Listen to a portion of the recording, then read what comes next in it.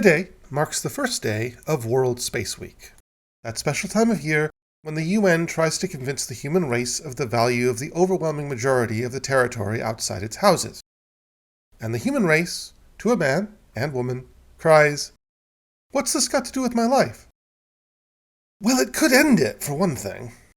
The number of ways in which space can kill you, but for which you are completely unprepared due to having instincts geared to earthly timescales, is staggering.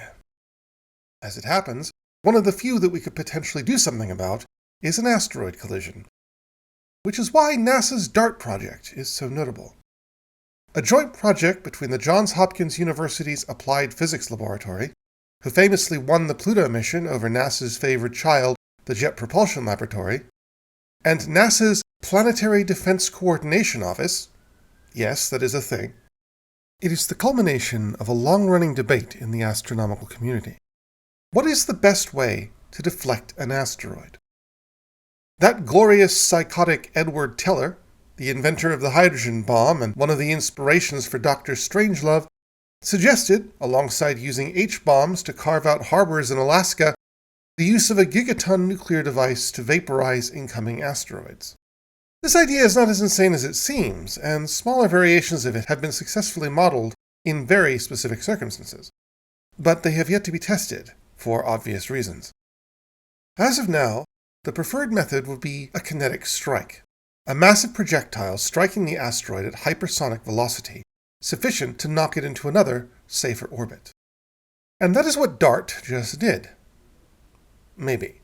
After a year in space, the craft impacted Dimorphos, the 200-meter-wide moon of Didymos, a near-Earth asteroid on a safe orbit currently about 11 million kilometers from Earth.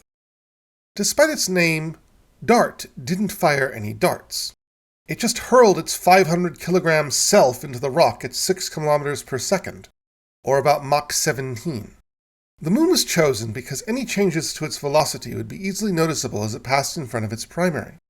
A follow-up mission, ESA's Hera, scheduled to launch in 2024, will see what effect, if any, the poor spacecraft's noble sacrifice had on the asteroid's orbit. Given that we are also in the month of Halloween, I feel obliged to offer this warning. From conception to impact, DART took 7 years to plan and complete. Even if it is successful, it will only prove that we can deflect an asteroid with 7 years warning. Our most recent damaging impact, the Chelyabinsk meteor of 2013, arrived from the direction of the Sun and gave us no warning whatsoever. NASA has done a fairly good job of tracking asteroids near Earth above 140 meters wide. But the asteroid that caused the Tunguska event, the largest meteorite strike in recorded history, is believed to have been, at most, 60 meters wide.